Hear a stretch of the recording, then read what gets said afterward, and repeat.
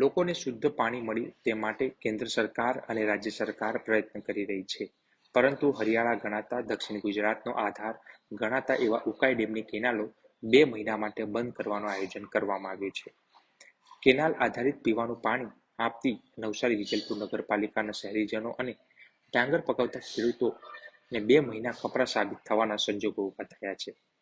ત્યારે નવસારી શહેરમાં ઉકાઈ ડેમના સિંચાઈ વિભાગની કેનાલો મારફતે તળાવો ભરીને શહેરને પાણી પહોંચાડવામાં આવતું હોય છે, પરંતુ 2 મહિના ચાલી શકે એટલું જ પાણી સંગ્રહ થઈ શકતું નથી. પીવાના શુદ્ધ પાણીની વિતરણ વ્યવસ્થામાં પાણીના ઓછા જથ્થાના કારણે શહેરીજનોને આપવામાં આવતા પાણીના જથ્થા પર કામ કરવા માટે પાલિકાએ તૈયારી શરૂ કરી છે, જે તારીખ 16 જાન્યુઆરી સુધી ટાઈમટેબલ પ્રમાણે જે વોટર વર્ક્સ વિભાગ દ્વારા બહાર પાડવામાં આવ્યું છે.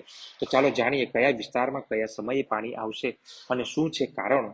તો ચાલો તે જાણીએ. અને નવસારી વિજલપુર નગરપાલિકાના ઉપપ્રમુખ એવા સુનિલ રઘુનાથ પાટીલે જે તમામ લોકોને અપીલ કરી હતી પાણીનો બગાડ ન કરવા માટે અને ખાસ કરીને જરૂર હોય તેટલું જ પાણીનો વપરાશ કરવા માટે પણ અપીલ કરી હતી.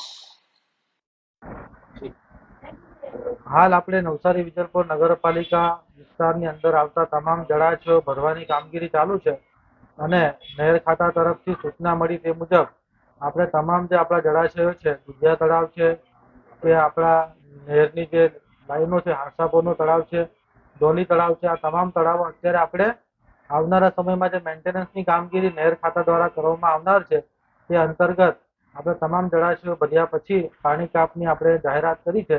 તે મુજબ શહેરના નગરજનોને રોજ સવારે એક ટાઈમ મીઠું પાણી આપવામાં આવશે અને શહેરીજનોને અમારી વિનંતી છે કે જ્યાં સુધી આ નહેરનું કામ મેન્ટેનન્સનું ચાલુ રહે છે ત્યાં સુધી આપણે આપણા પાણીની કરકસરપૂર્વક ઉપયોગ કરીએ, જેથી કરીને આપણે જે દિવસો છે આગળના તે વ્યવસ્થિત રીતે પસાર કરી શકીએ.